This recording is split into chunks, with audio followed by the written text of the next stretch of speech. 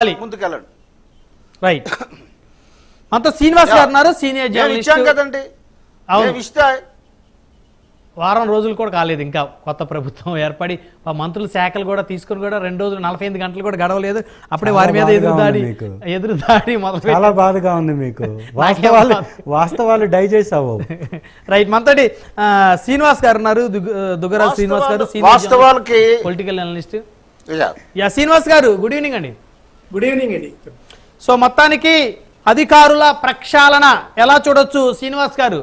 ఎందుకంటే గత ప్రభుత్వంలో ఏ ప్రభుత్వం వచ్చినప్పటికీ కూడా దాదాపుగా అధికారులు వారికి అనుగుణంగా ఉండేటువంటి అధికారుల్ని నియమించుకునే అవకాశం ఉంటుంది. సాధారణంగా ఒక నియోజకవర్గంలో ఎమ్మెల్యేని చూస్తే అధికార పార్టీ ఎమ్మెల్యేకి అయితే పూర్తి స్వేచ్ఛ ఉంటుంది.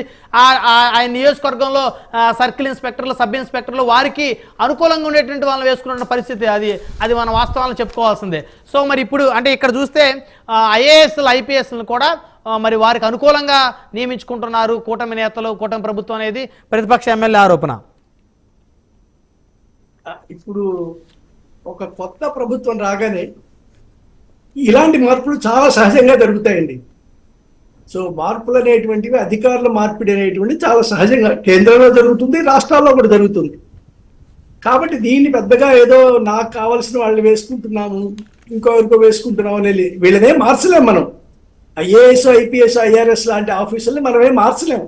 ఉన్న వాళ్ళని అటు ఇటు తిప్పి వాళ్ళ పొజిషన్స్ మార్చడం తప్పించి వాళ్ళని తీసేయడం ఏం జరగదు.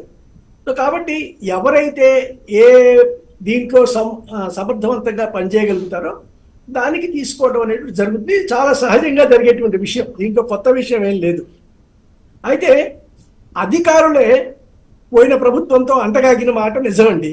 కొంతమంది అధికారులు అంటే మనం చూసాం, వైకాపా ఆ పార్టీ యొక్క గుర్తులు చీరలుగా కట్టుకొని వచ్చిన మహిళా ఆఫీసర్లను చూసాం. ఆ పార్టీ రంగులు ఉన్నటువంటి చీరలు కట్టుకొని వచ్చారు మహిళా ఐఏఎస్ అధికారులు. సో ఇది పరాకాష్ట. ఒక పార్టీకి, రాజ్యాంగానికి విధేయతగా ఉండాల్సినటువంటి ఐఏఎస్ అధికారులు ఒక రాజకీయ పార్టీకి విధేయత మార్చడం అనేటువంటిది మొదటిసారిగా జగన్మోహన్ రెడ్డి గారి అధికారంలో ఉండగా చూసామండి. ఇక కావాలంటే ఆ ఫోటోలు కూడా పంపుతాను. మహిళా ఆఫీసర్లు అనేటువంటి వాళ్ళు ఎలాంటి డ్రెస్సులు వేసుకుని వచ్చారు అనేటువంటిది. ఇంకా గుడ్డిలో మెల్లగా మగ ఐఏఎస్ ఆఫీసర్లు ఆ పని చేయాల. సో వాళ్ళు కూడా చేయమని ఒత్తిడి వస్తే రెసిస్ట్ చేశారో మనకు తెలియదు.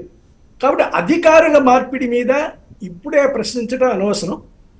చంద్రశేఖర్ గారు చాలా తొందరపడి విమర్శలు ఎత్తుకున్నారేమో అనిపిస్తోంది ఎమ్మెల్యేగా. అసలు ఇంకా పదవిలో కుదురుకోకముందే వాళ్ళందరినీ అంటగడదాం అనేటువంటి దాన్ని ప్రజలు హర్షించరేమోనండి.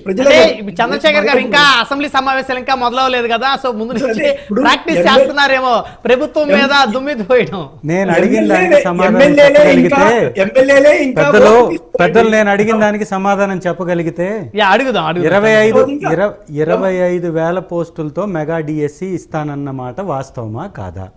అది 6,000 పోస్టులు వైఎస్ఆర్ కాంగ్రెస్ పార్టీ ప్రభుత్వం ఇచ్చినటువంటి వాటిని రద్దు చేసి వాటిని మళ్ళీ ఇస్తున్నట్టుగా చూపించటం వాస్తవమా కాదా?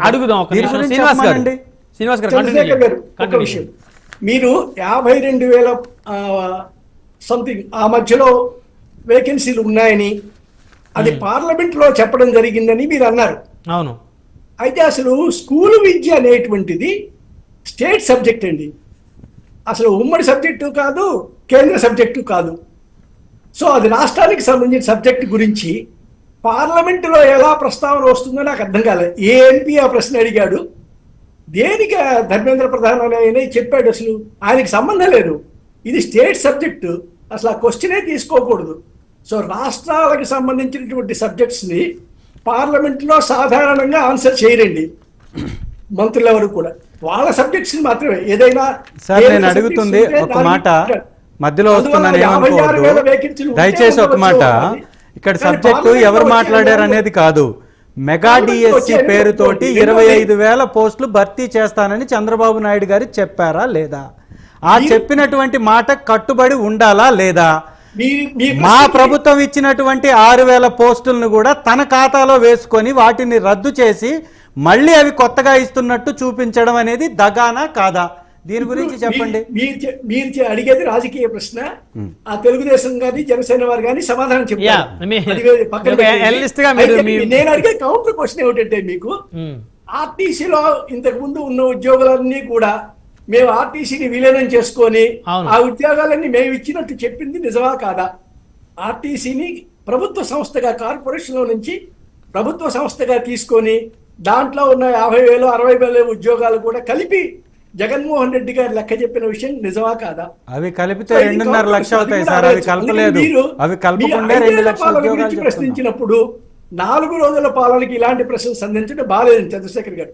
మనం తప్పకుండా విమర్శించాల్సిందే ప్రభుత్వాలని. కానీ కొంచెం తొందరపడి ఇంకా ప్రభుత్వం కుదురుకోకముందే మన దగ్గర ఉన్న అస్త్రాలన్నీ కనుక ఉపయోగించడం మొదలెడితే యుద్ధంలో చెట్టు చివరికి ఏం మిగలవండి మన దగ్గర అస్త్రాలు. అందుకని కొంచెం జాగ్రత్తగా మీరు ప్రశ్నించడం మొదలు పెడితే బాగుంటుంది. బట్ తప్పులు చేయని ప్రభుత్వాలు లేవు, ప్రశ్నించకుండా ఉండటానికి వీలు లేదు. మనం అందరినీ ప్రశ్నించాల్సిందే. రాజకీయ నాయకులు వాళ్ళ పద్ధతిలో ప్రశ్నిస్తారు. మాలాంటి వాళ్ళని దేనికి చెందనటువంటి వాళ్ళని మేము ప్రశ్నించే తీరును కూడా మీరు హర్షించండి. రైట్.